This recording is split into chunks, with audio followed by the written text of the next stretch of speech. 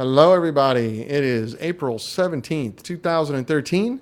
My name is Dan Boul. I'm president of 65 Amps. I'm coming to you from my office in Los Angeles, California.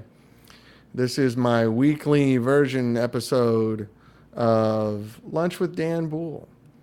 And we are going to talk about guitars and amplifiers and tubes and cabinets and speakers and all these sorts of things. I normally play guitar on this show, and I will again very soon.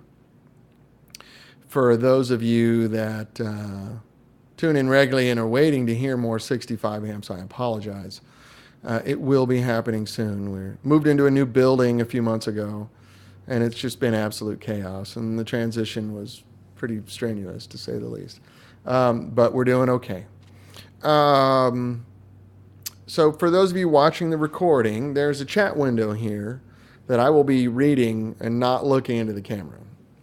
So, unfortunately, because I'm going to try to read and answer questions, and if you've been here before, you know it's fun. It's like this random fire questions coming at me, and it's a good time for everybody.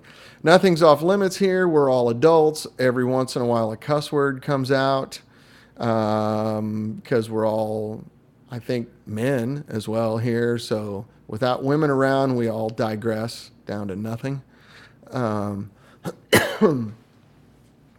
And hi, Matthias. I can answer that question. There is video of the new facility if you go to Sonic State's website.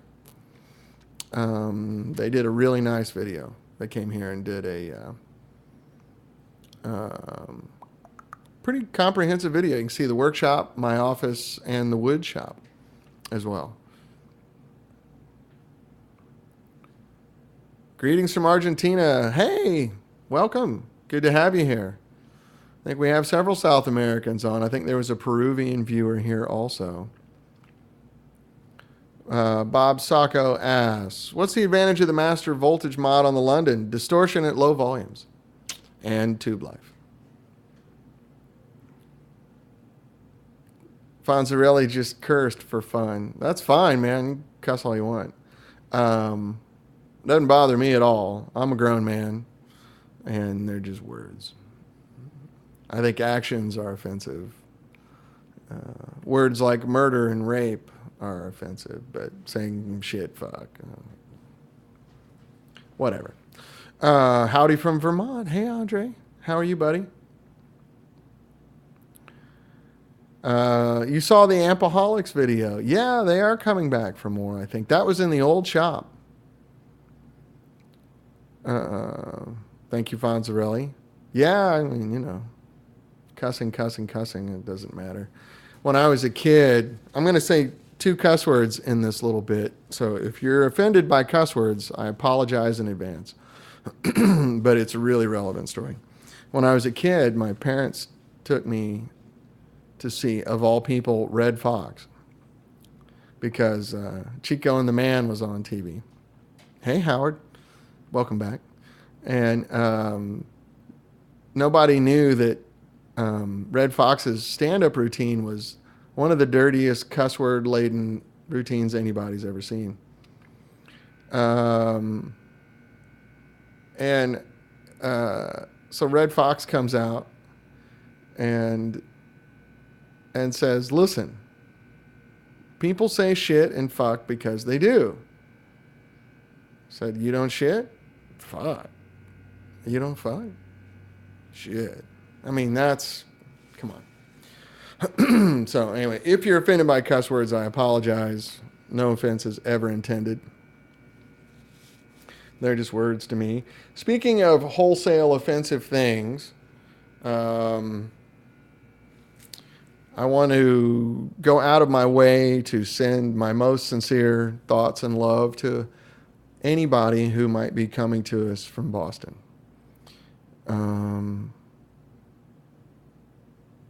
For those of you that don't know, some lowlife, subhuman piece of crap set off some bombs in Boston at the end of the Boston Marathon, which, if you think about it, is incredibly predatory because not only were they trying to kill people, but they were doing it at the end of the marathon where the people were on the verge of collapse so exhausted they couldn't even run away. And they're barely wearing any clothing on top of that. So that is twisted, and there's a special place in hell for those people. But besides the angry stuff, I want everybody to know in Boston, if you're watching this live or watching the recording, that everyone around the world cares about you and feels deeply for you.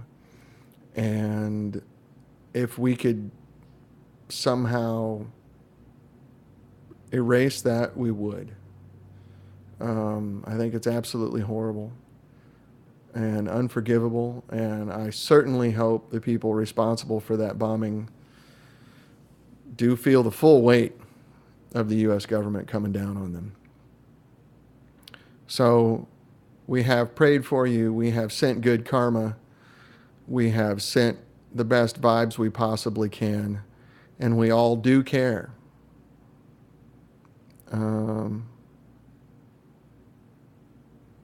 So anyway, enough said. I just want, hopefully, everyone in Boston to know that the entire United States, and I'm sure most of the world, are very, very much in your corner right now. So, okay, I wanted to get that out of the way. So let's talk about, that's been on my mind a lot, and I'm sure yours too. And can't figure that one out. Jerry Guitar says, peace and love. Why is it so hard for some people? Yeah, I don't know. It's pretty easy for me. So this week, we are the Los Angeles Celtics. Forget the Lakers. Right? We're with you, Boston. We're going to catch those motherfuckers and kill them. How about that? So, anyway, it's April 17th. Did you guys all get your taxes done?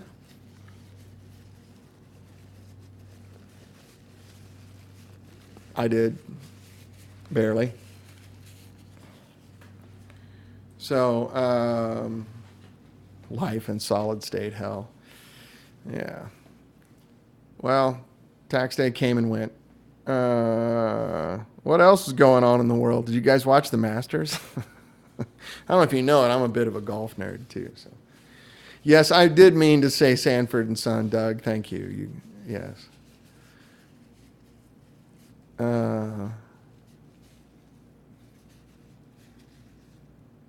You live in Augusta, FP Mike?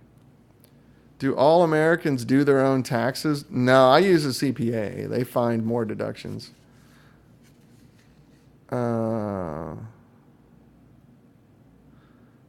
Yeah, we can do a survey, I think. Let me see. On the old broadcaster, I could. I don't know if I can on this one. I don't see it anymore. It's like they've taken it away. Howard Johnson, part owner. I love it. Yeah, that's a better question. How many of you guys own a 65 amps product and your wife doesn't know it? Raise your hand. Do you know how many conversations I have with customers that go exactly like that?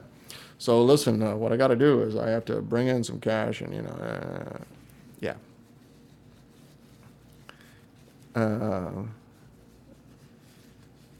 Well, we got to put it on a little bit on this credit card and a little bit on that credit card, and this is the one my wife doesn't get the statement, and Okay.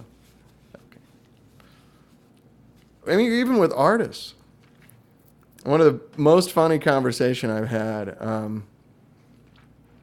Well, Polar Bear 74, let me talk to your wife and explain to her why it's a good move to buy a 65, even though they're expensive, because this is going to keep you from buying more amps in the future. So buying a producer, which is an expensive amp, but it's well worth it, will save you tens of thousands of dollars. because you're not going to go around buying new amps and going, I don't like it, I'll trade it in on another one.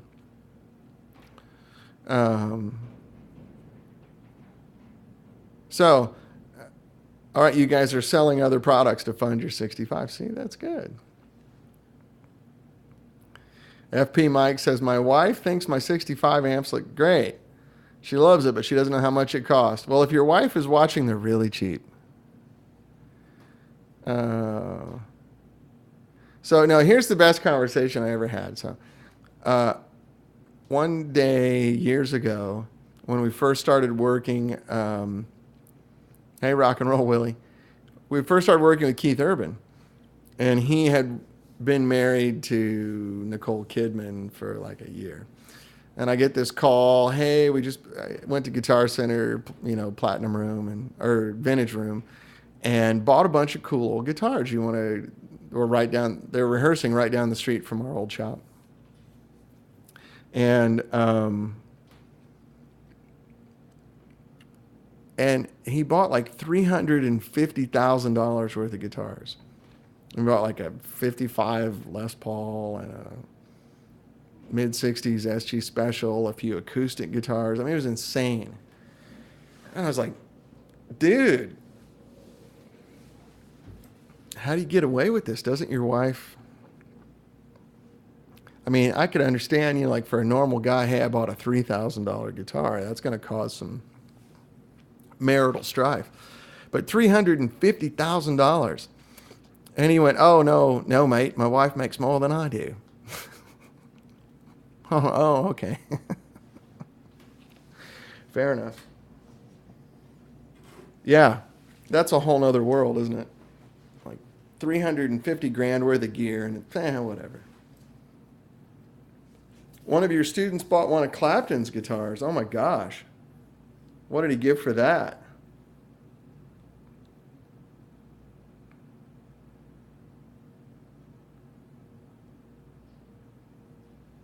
Same day he bought his wife an an Audi. Yeah, good call. Tony Conley says, congratulations, by the way, Tony. You guys are pregnant? That's awesome. All the best.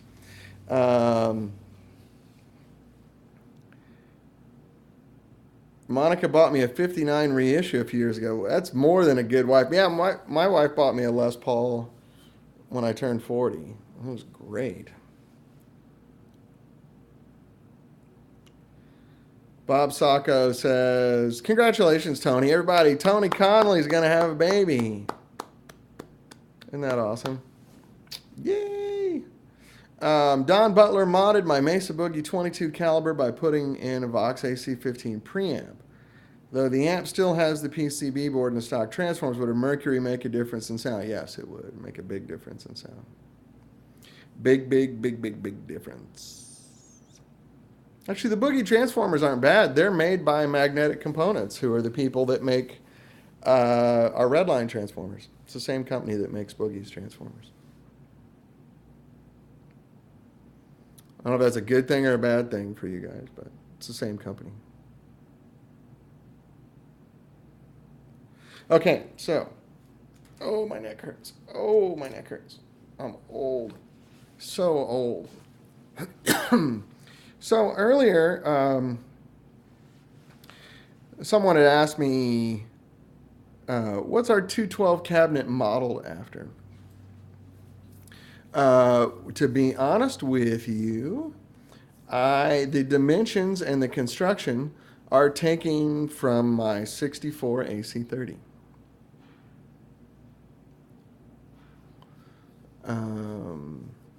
Baltic birch, finger joints, the bracing, speaker placement, all that kind of stuff. My 64 AC30,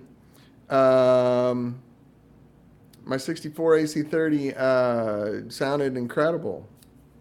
So we just started there, and it turned out so good, I stayed there. Kind of a stroke of luck, I think. Ustreamer 115410. If you refresh your browser a few times, I can see your name. Says, any advice for a guy in his early 20s who wants to get started working in the boutique amp industry? Yeah, don't do it.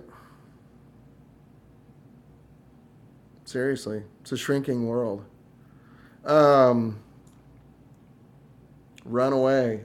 Yeah, that's what everybody else is saying. What do you want to do?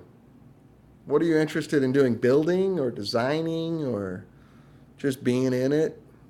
Depends. I mean, oh, excuse me. It's a pretty weird skill set to have. And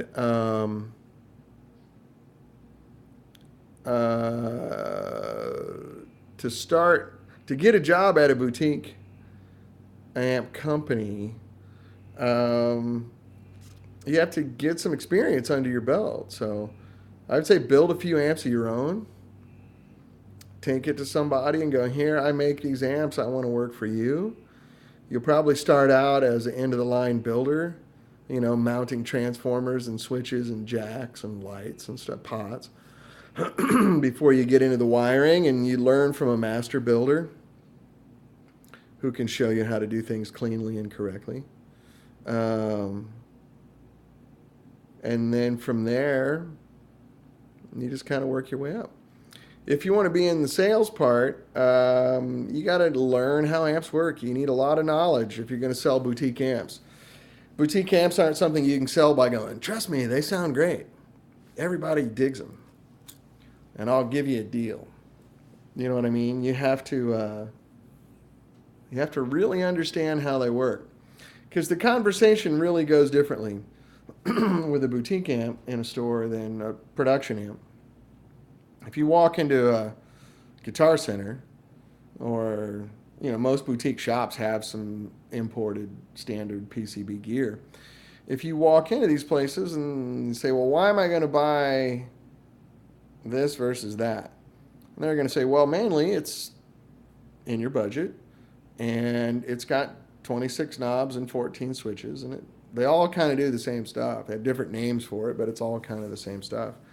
Most of them are made in the same factory in China. There's only like 3 big factories in China that make everything.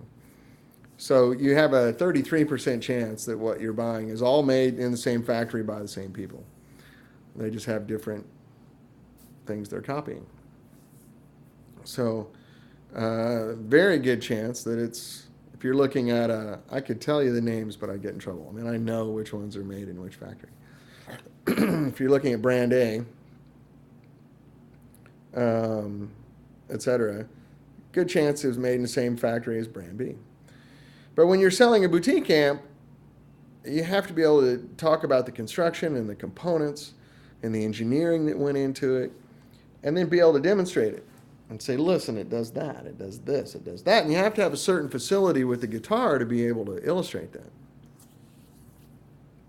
You have to kind of be able to play the instrument. You have to have a little bit of finesse to your playing so that the amp will illustrate it, because there are certain types of playing that don't come through cheap printed circuit board amps. They come through nice printed circuit board amps, but not the cheap ones. And if you can't illustrate it, there's no way why would anyone buy it. So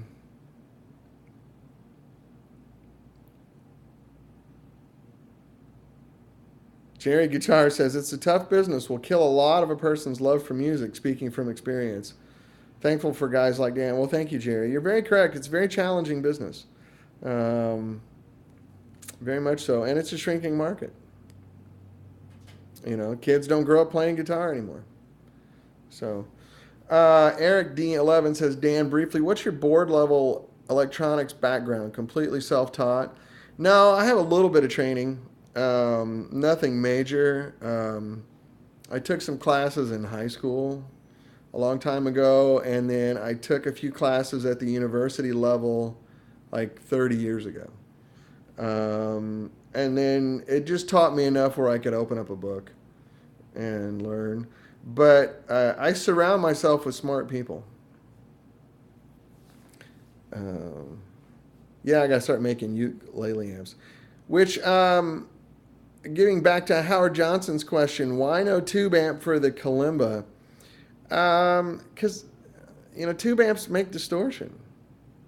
And for your kalimba, you want nice, clean, pure sound. Tube amps are all built to distort.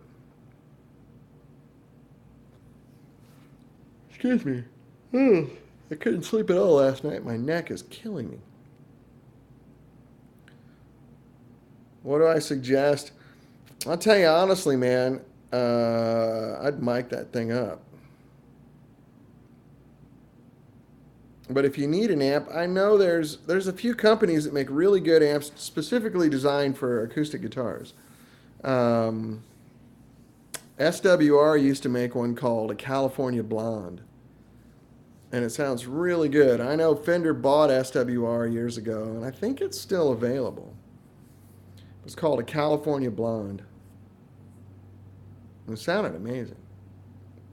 Really, really good. And it works great for acoustic guitars that have a pickup. Yeah.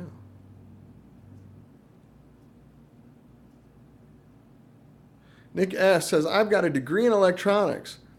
There was no mention of valves. A formal education may not be that relevant. Yeah, even when I did a year of electrical engineering school at the University of Missouri in 1983 and 84. And there was no tube stuff there at all.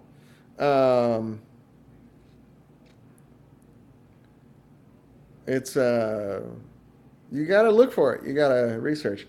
I mean, it's good to understand. I took enough classes where now I can pick up an old RCA design manual and understand what they're talking about. But yeah, you're self-taught at a certain level. But if you understand the basics of electricity, then it's a lot easier. You still need to be educated on how electrons are going to want to behave. That's very true, Justin. Very true.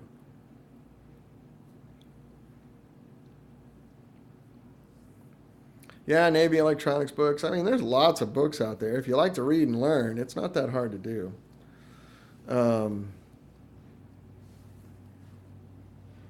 Man, I got to get some glasses at work, don't I? I'm right in between zones here.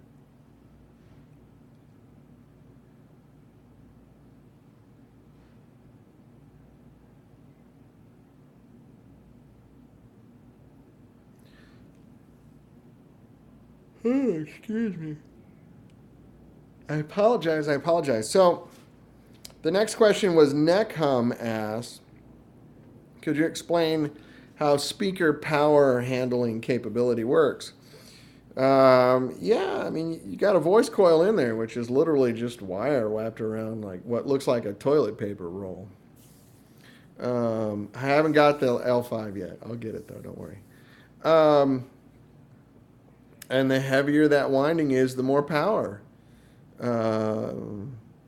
Eric, that's not a stupid question. Where is Baltic birch sourced? From the Baltic Sea. Russia, mostly. Russia. Some of it, I think they have the biggest forest there. Oh, excuse me. I'm sorry. I'm in so much pain that I'm having a hard time focusing. It doesn't grow underwater. It's just the area around the Baltic Sea. You can get nailed, Eric. The only time, for me, any dumb question is one that you ask twice. So, no worries. No worries at all. Man, I can barely read this without the glasses. Let's see. So, anyway, Neckhum, are you still here? Calling Neckhum. See if you're still on here. You're on the list, buddy? Let's see. Hey, Neckhum's here. Right on. So, yeah, who's buried in Grant's tomb? What grows on orange trees? I watch Groucho, too. Speaker power handling capability. So you've got your voice coil in the middle, and you gotta have a big magnet and paper cone and all that stuff. So You size those for how much power you want to run through it. And it's a little bit of a trade-off. The lower powered speakers are more articulate, and they're more sensitive, and they're more responsive because the voice coil is smaller. It's easier to excite it with electricity because it's smaller. S. Woodrum, you asked this earlier. I'm sorry. Oh, wait a minute. Chat window went up.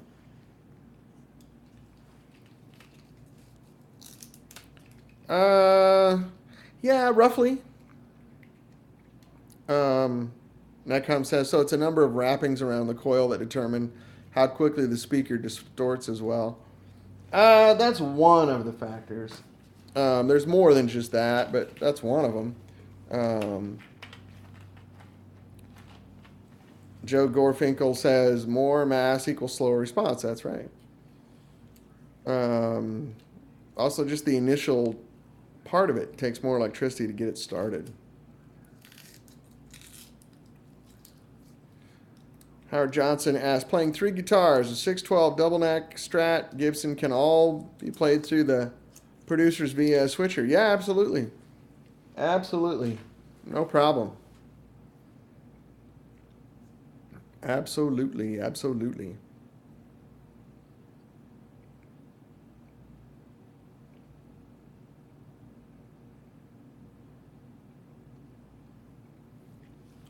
For switching guitars, the Layla, which is Lehle, Layla, is really good. And Radial also makes some good ones. You guys can jump in with your opinions too. It's fine. I'll allow links here if you guys. Yeah, I've had really good luck with radio gear. And I know Peter Janis, the president of the company, and he's a really cool guy and smart guy. You know, really into making high quality stuff. So I think, you know, one should feel very comfortable buying radio gear. You know, Peter's a very straight up guy. Bob Dragich. Hi, Bob. How are you, man? Nice to see you. Bob says he did reviews for radials on Vintage Guitar Magazine, and both were excellent. Yeah, I've had really good luck with them. And their stuff's really transparent, too. Like, you don't feel like it's coloring your sound at all or degrading it. And they're Canadian, so they're just nice as can be. I talk to those guys, and they're just so typically sweet, polite Canadians. Not to generalize, but, you know, Canadians are generally very nice people. My experience with Canadians has been wholesale positive.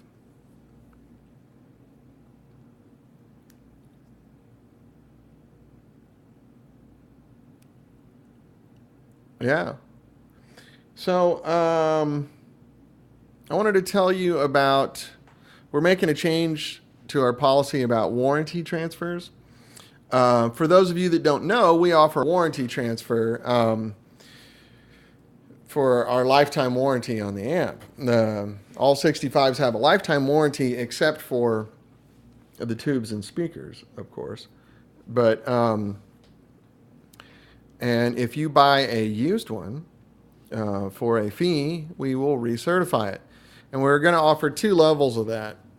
The basic one that we've always offered is we go through the amp, we inspect it, make sure it's right, make sure it has been modified. That's the thing when you buy a used boutique amp. We were having to fix a lot of used ones, and a lot of them have been modified, and the guy didn't do it very well, and then he wasn't happy with the amp, so he sold it. You know, some guy on the gear page said, hey man, if you change this one cap, the tremolo will do this and do that. Not thinking that we'd spent any time trying to find the best solution. And when they change it, it suddenly doesn't work that well. But some armchair amp tech says, no, just change the thing and this, without thinking that it affects the entire amp when you change things. So we were getting a lot of ones that were modded. So we decided we'll make sure the amp is stock. If there's any updates, we'll perform them for free. And we'll retest it, and then we'll clean it up, recertify it, put it in a box back to you. We'll cover the shipping back to you, and that's for $200. And then, so we're going to offer now sort of a warranty transfer deluxe for $315. And what we're going to do is we're going to do all that. We're going to recertify it, do the whole bit. And we're going to put all new tubes in it for you and make it all just great. So if you do the regular warranty transfer and you've got some bad tubes, we'll sell you the tubes at wholesale. So much cheaper than you buy them out in the world. But, and again, that includes the shipping back to you. And we'll put all new tubes. And again, if there's any circuit updates, we do those for free. We put you in our book as the owner now, so the lifetime warranty is assigned to you, which is a pretty good thing to have for several reasons. One of which is I want you to keep the amp as long as you live. But also, if you ever decide for whatever reason that you need to sell it, it certainly allows you to get more money for it. When you can say it has a lifetime warranty, you can transfer it for $200. That makes an amp a lot more valuable. Plus, we just like to keep them all working right so we don't hear about it. So, anyway, I wanted to let you guys know about that. Martin Gooseland says, Telefunken or Mullard NOS preamp tubes for my Empire. I bought a Mullard EF86 and Telefunken 12X7 for my Soho. It depends on what you like. If you want it to sound more Marshall-y, do the Mullards. If you want it to sound a little bigger, do the Telefunkens. Telefunkens are very fat sounding tubes, whereas a Mullard has a very much distinct mid-range focus like that, which is very Marshall-y. Marshalls have this serious mid-range thing they do. And that's why they sound so great on stage, especially. So, how did you like the Mullard EF86 and Telefunken 12X7 in your Soho? Ribbed or smooth plate? Well, people seem to like the smooth plate better. I honestly can't tell a whole lot of difference. They both sound really, really good. I don't think one sounds better or worse. The smooth plate is probably a little more hi-fi.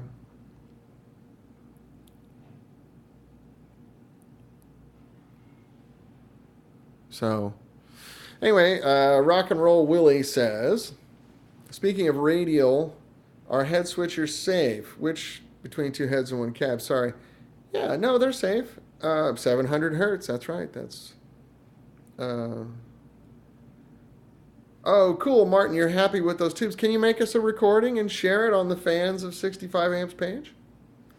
Just make us a little 30, 40-second file. They are safe if they're built correctly, Rock and Roll Willie. You just got to make sure that the amp that's not being used still has a load on it. And I think the radials all do that. I think it's called the head bone. And it works really, really well. Really, really well.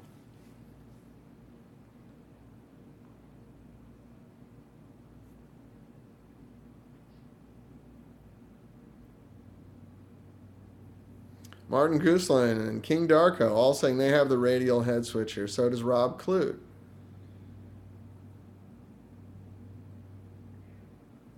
So, yeah, it's safe if it's done correctly. You just got to make sure. I can't believe anyone's selling a head switcher that doesn't keep a load on it. I mean, that would seem foolish.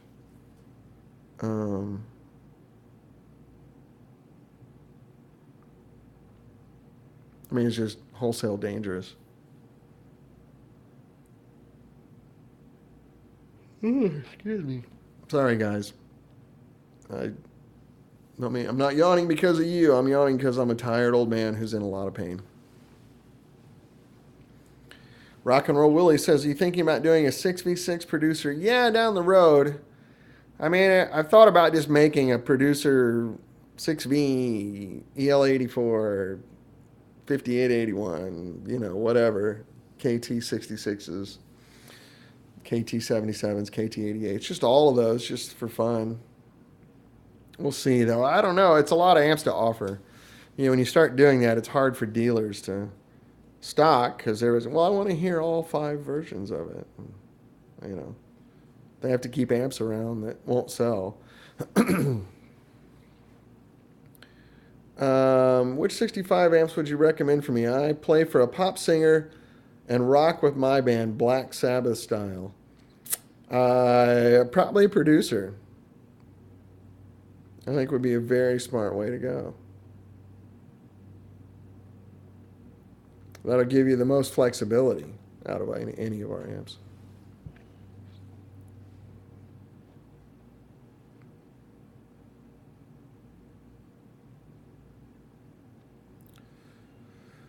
Chris Okiki, do you guys do custom orders only for colors? I will not build you a custom amp unless you want to pay me like $20,000. Because it's not just the amp that you have to pay for. You have to pay for the fact that we're not making other stuff.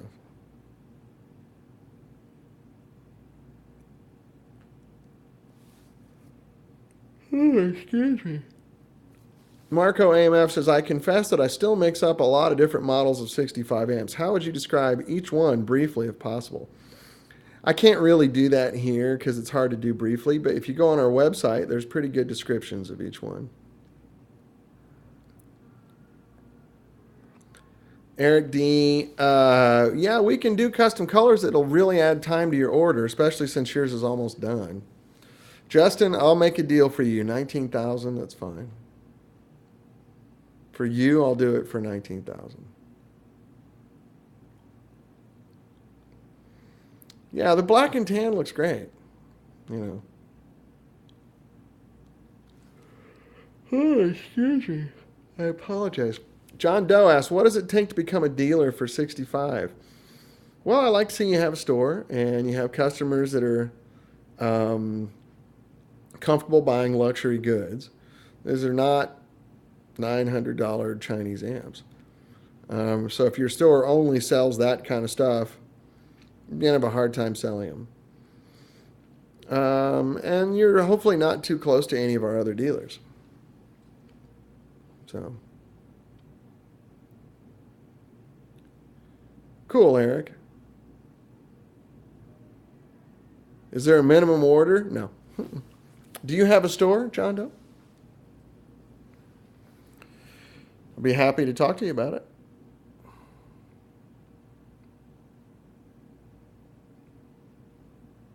There's no minimum order. I mean, I can tell you, you need to keep a few of them in the store to be successful. It's pretty hard to sell a luxury good line, like a boutique amp, without having a few of them there.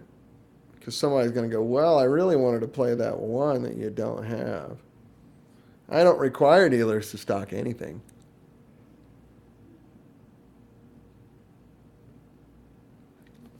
But if they don't, I know from experience, I've been doing this for a while, they're going to have a hard time selling them.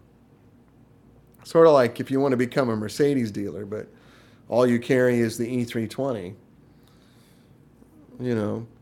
People are going to walk in and go, well, what about the C-Class? What about the E-Class? What about the SL and the ML? I mean, dude, you're a dealer.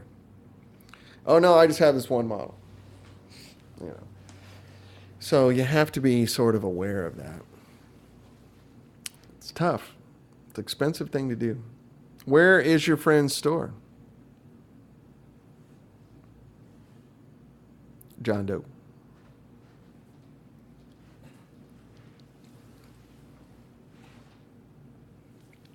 Sorry. My neck is killing me.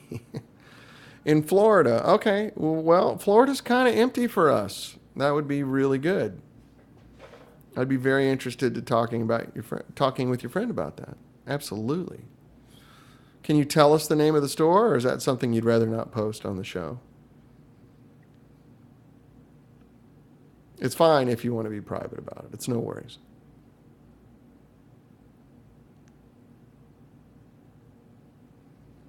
Very cool. So, are there any of you guys, FP Mike, if you got any suggestions, please send them to me to dan@65amps.com or send me a message on Facebook. That's fine. How many of you guys are any LA guys on today? I know it's lunch here, so a lot of guys are working, but any LA guys calling Angelinos? Hello, Angelinos. Yes. Damn, I'm sorry. This is really hurting. My palate is wearing me out. Sorry. I'm going to be running amps over to True Tone Music this afternoon. If you guys want to come by, taking part of their big order over. Have I stopped making combo amps? No. I should be at True Tone by 2:30. Speaking of which, I got to get out of here because if I don't get out of Santa Monica by 3:30, it takes an hour and a half to get home.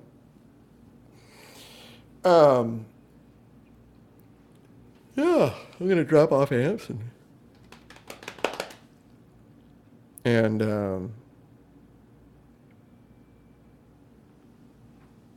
yeah, we're gonna go see Ken. Thank you, Eric D. I got a note there to sign your chassis. Don't worry. Yeah, Santa Monica's crazy because you got to go on the 10, and there's just this one freeway out of there, and it's no. Oh, okay. Martin Gooseland. Oh, I love these questions coming when I say I got to go. Yeah, I've been doing neck rolls all day. Hi, Josh. Good to see you. What's the sound difference between Mullard and Telefunken NOS EF86s? Kind of similar to the sound difference between Mullard and Telefunken ECC 83s. Mullard's a little more like this and a little more aggressive sounding. Telefunken's a little warmer and smoother. I think the Telefunken is technically an EF806, which is a higher grade version of that tube. I don't know that Telefunken made an EF86 proper. I think they just made 806s. And you notice the construction's different on those as well. I think the Telefunken has the solid plate with the hole in it and the screen around the tube. And the Mullard is a mesh around there. Yeah, it's just a little, it's more, the Telefunkens were never meant for instrument amplifiers. They were meant for hi-fi. Whereas Mullard, they were considered slumming it by making tubes for guitar amps at the time. Even though we now know they're incredible. But anyway, back to someone's question there. No, I still like combos. I mean, some amps we don't do in a combo, like an Empire or a Producer. But everything else, we do. We haven't done the Redline Soho in a combo yet.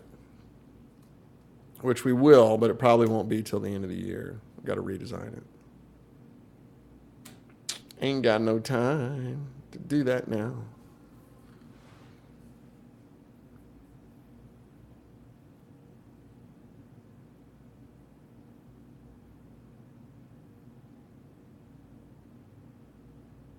Yeah, my shoulders are really low. I'm just...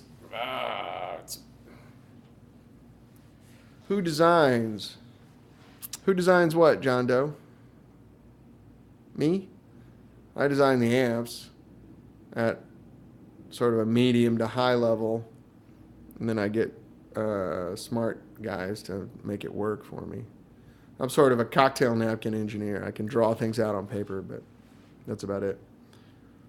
Howard Johnson says, have a good day, my brother. Thanks again. Talk with you soon. Peace and hair grease. Right on. Yeah, man. We got to hook up over there in Suzanne's place soon. I'll be there this weekend. With my kids. With them darn kids. If my neck will let go by then, I'd like to go ride. Well, I think we kind of covered. I hate to cut it short today, but I got to drive. I got to deliver a bunch of gear over to True Tone Music. Peter Donkers asked, "Will Celestion have an 8-inch Alnico again?" I'm not sure. You're playing in Vegas and then off to France for 2 weeks. Oh well, then I'll see you in a few weeks. Have a good time. I need to play with you, man. I need to make some of that scratch. Run real question. Anyone you know using your stuff through a 410 cab? Yeah, I just can't remember specifically. I've seen it.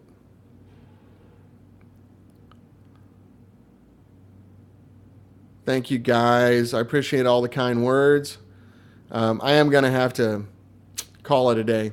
I apologize. Riding in traffic is going to be great with this neck too, but whatever. Run by Henson D and say hello to Bud. Is he working in D today?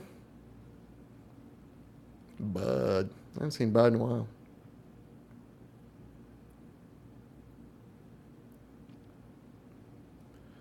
Yes, I'll drive safe. Thank you, fellas. See if True Tone has a Monterey in stock for you. You really want that Monterey, don't you? Well, give me some time. Once things settle down here, man, we can make you one.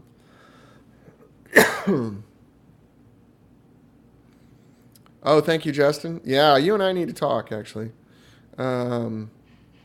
Monterey sounds good through a 410. Yeah, I'm sure. Great as always. Thanks for the good You're very welcome, Martin. Nice to see you. Hopefully I'll see you in Norway next month. There's some guitar festival going on in May, and Arna wants me to come over for it.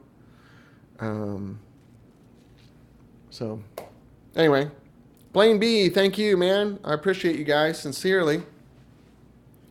And sorry I wasn't like happy, funny Dan today. I will feel better. I'm just in pain, and it sucks. But anyway, I'm going to go ahead and sign off, fellas. Thank you again. I do appreciate you sincerely. And I look forward to talking to you next Wednesday. Hopefully we'll have a little loud guitar noise happening. I'm not guaranteeing it, but I'm shooting for it. So, all right, fellas, take care. Once again, it's April 17th. And I will see you on the 24th, I guess. Okay. Bye, guys.